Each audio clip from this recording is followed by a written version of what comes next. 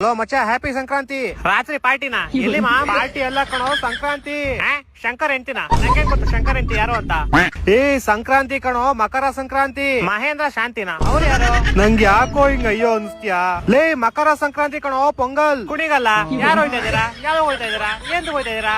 ರಿಯಕ್ ಹೋಯ್ತಾ ಇದೀವಿ, ಕುಡಿಯಕ್ ಹೋಯ್ತಾ ಇದೀರಾ? ನನ್ ಬಿಟ್ಬಿಟ್ಟು ಲಾಸ್ಟ್ ಸತಿ ಹೇಳ್ತಾ ಇದೀನಿ, happy Makar Sankranti.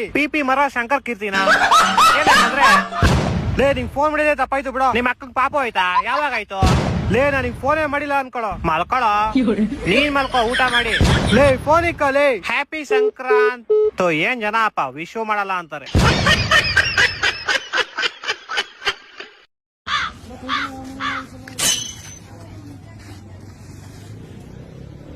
Thank you aunty.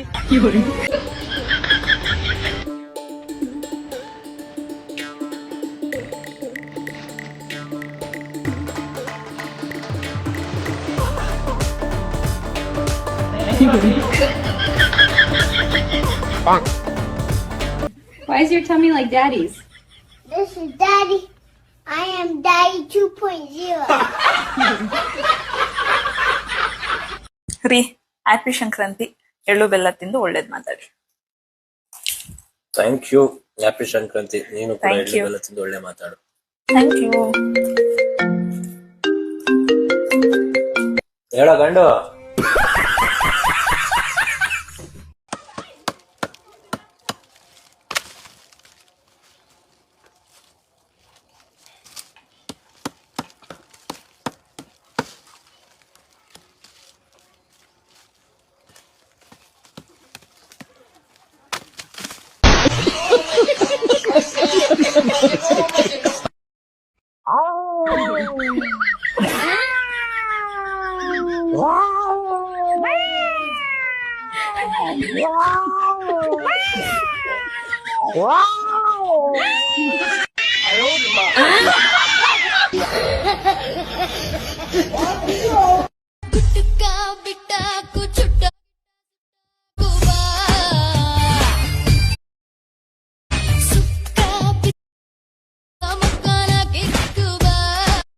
ಅಲ್ಲ ಅಂತದೇನೈತೆ ಫೆಬ್ರವರಿ ತಿಂಗಳಿಗೆ ಎಲ್ಲರೂ ಫೆಬ್ರವರಿ ತಿಂಗಳಿಗೋಸ್ಕರ ಕಾಯ್ತಿರ್ತಾರಲ್ಲ. ನಿನಗೆ ಗರ್ಲ್ ಫ್ರೆಂಡ್ ಇದ್ದಾಳೆ? ಇಲ್ಲ. ಮಹಾಶಿವರಾತ್ರಿ ಐತೆ ಹಂಗಾದ್ರೆ.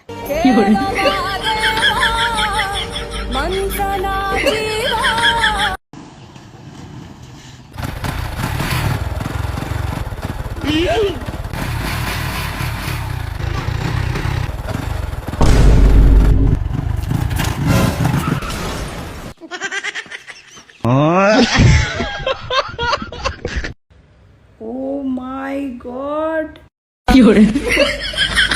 लोडावाड़ी लाइट.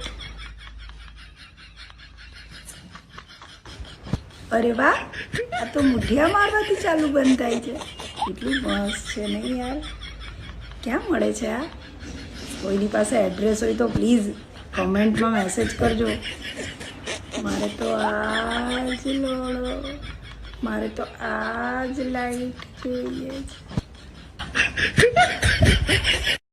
ಅಯ್ಯೋ, ಇಲ್ಲಿ ಒಂದ್ ಸೀಟ್ಗಳು ಖಾಲಿನೇ ಇಲ್ಲ. ಸದ್ಯ ಇಲ್ಲಿ ಸೀಟ್ಗಳು ಖಾಲಿ ಅವ.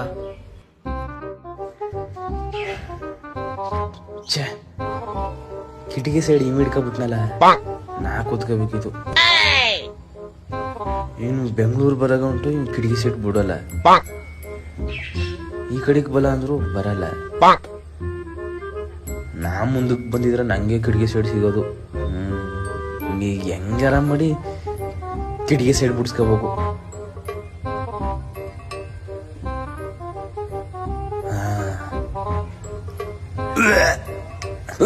ವಾಮಿಟ್ ಬರ್ತೈತಾ? ವಾಮಿಟ್ ಬರ್ತದ.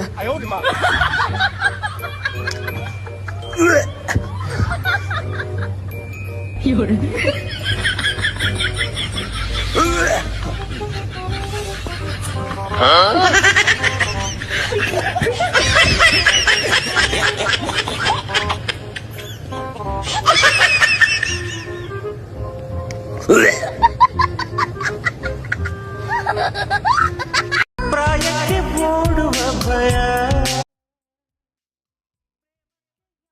ಭಯ ಬಾರಿ ಬಾರಿ ಲವ್ ಮಿ ಲವ್.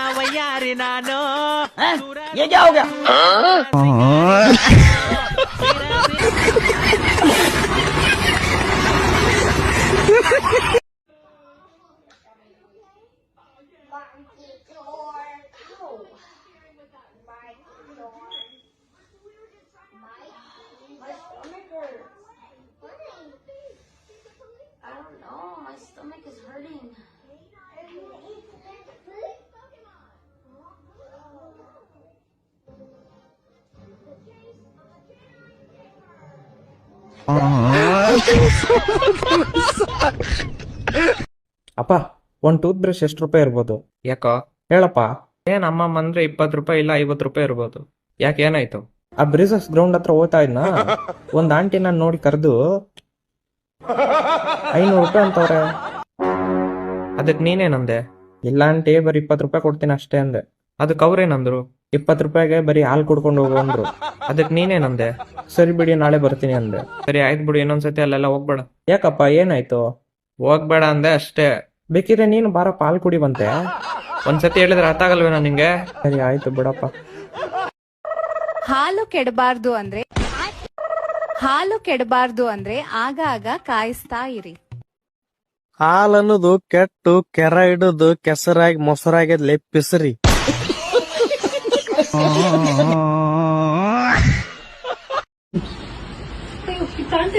ಅಯ್ಯೋ ಏನದೆ ಬಾ ಕಾಣಕ್ಕಲ್ಲಿ. ಬಿಂಕದ ಸಿಂಗಾರಿ ಮೈ ಟೊಂಕಿನ ಬೈಯಾರಿ.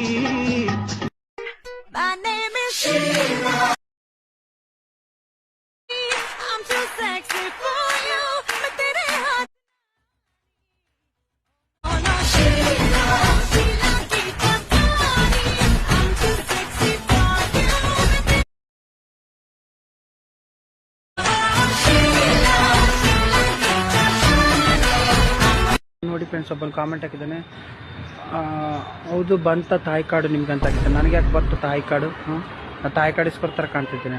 ತಾಯಿ ಕಾರ್ಡ್ ಬರಕ್ ಅದಕ್ಕೆ ಮದುವೆ ಆಗೈತಾನ, ಅದಕ್ಕ ಕನ್ಫ್ಯೂಸ್ ಐತಿನ.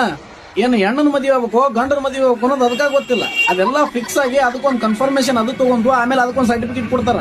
ಇದು ಆ ಕಡೆ ಅದೋ ಈ ಕಡೆ ಅದೋ ಅಂತ ಸರ್ಟಿಫಿಕೇಟ್ ಕೊಟ್ಟು ಕೈಯಾಗ ಕೊಟ್ಟು ಕಳಿಸ್ತಾರ. ಅವಾಗ ಇದು ಒಂದು ಫಿಕ್ಸ್ ಆಕೈತಿ. ಅವಾಗ ಕೇಳ್ರಿ ಹುಚ್ಚರ ಭಾಳ ತ್ರಾಸ ಆಕೈತಿ, ಹಂಗೆಲ್ಲ ಕೇಳ್ಬಿಡ್ರಿ ಅದಕ್ಕೆ.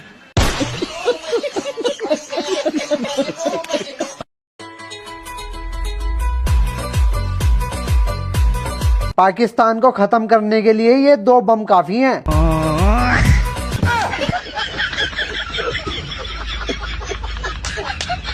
ನೋಡಿ, ಈಗ ನಚಿರುದ್ ಗೂಡು ಹೆಂಗೈತೆ ಅಂತ ಕಾಣಿಸ್ತದೆ. ಇದು ನೋಡಿ ಎಷ್ಟು ಚೆನ್ನಾಗೈತೆ ಅಂತ. ಈ ನಚಿರುದ್ ಗೂಡಿಗೆ ಸಣ್ಣ ಕ್ಯಾಮ್ರಾ ಮಾಡಿಬಿಟ್ಟವ್ರೆ ನೋಡಿ, ಒಳಗೆಲ್ಲ ಯಾವ ಥರ ಐತೆ ಅಂತ. ಚೆನ್ನಾಗೈತೆ ಅಲ್ವಾ? ನೋಡಿ ಸ್ನೇಹಿತರೆ, ನಿಮ್ಮ ಮಕ್ಳುಗಳಿಗೂ ತೋರಿಸಿ. ನನಗೆ ಚಿಕ್ಕದ್ರಲ್ಲಿ ಸಿಕ್ಕಾಬಿಟ್ಟೆ ಕುತೂಹಲ ಇತ್ತು ಯಾವ ರೀತಿ ಇರ್ತದೆ ಅಂತ. ತೋರಿಸಿದ್ರೆ ತುಂಬ ಚೆನ್ನಾಗಿದೆ. ನೀವು ನಿಮ್ಮ ಮಕ್ಳುಗಳಿಗೆ ತೋರಿಸಿ. ಫೋನ್ ಕೊಡಿಲಿ, ನನ್ನ ತಂಗಿಗೆ ಒಂದೊಂದು ಫೋನ್ ಮಾಡಿಕೊಡ್ತೀನಿ.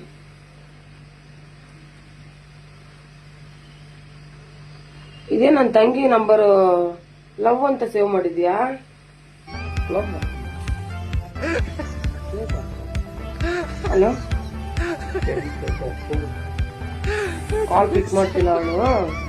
ಈಗ ನಾವು ಚಿಕ್ಕಮ್ಮನ ಮಗನ ಕಾಲ್ ಮಾಡ್ತೀವಿ. ಚಿಕ್ಕಮ್ಮನ ಮಗಳಿಗೆ, ಚಿಕ್ಕಮ್ಮನ ಮಗಳು. ಇದೇನ್ ಕ್ರಶ್ ಅಂತ ಸೇವ್ ಮಾಡಿದ್ಯಾ? ಅವಳು ಬಿಟ್ ಮಾಡಿಲ್ವಾ? ನನ್ನ ನಂಬರ್ ಏನ್ ಮಾಡಿದ್ದೆ ನೋಡಿ ನೀವು. ಡೆವಿಲು, ನಾನ್ ಡೆವಿಲ ನಿಮ್ಗೆ? ನನ್ ತಂಗಿ ಕ್ರಶ್, ನನ್ ಚಿಕ್ಕ ತಂಗಿ ಕ್ರಶ್, ನಿನ್ ಲವ್, ನಾನ್ ಮತ್ತೆ ಡೆವಿಲ?